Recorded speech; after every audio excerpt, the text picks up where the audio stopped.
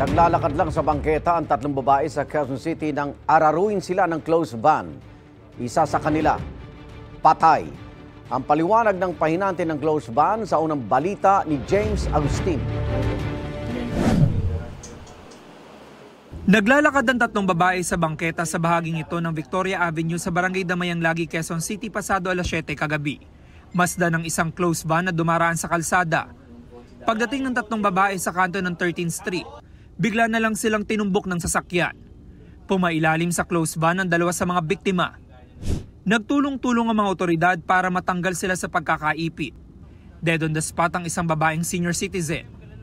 Isinugod naman sa ospital ang dalawa niyang kasamahan. Inoobserbahan pa ang kanilang kalagayan.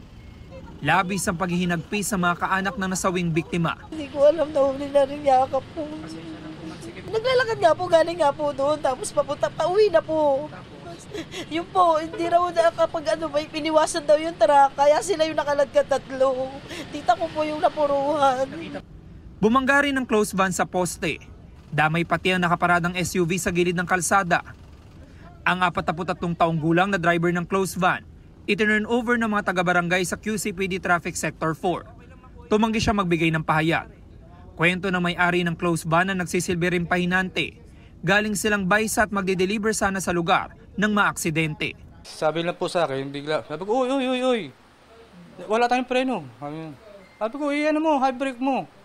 Hindi, siguro nauna rin siya, alito na rin. Yung medyo malapit na, ako na nag-hot brake na po.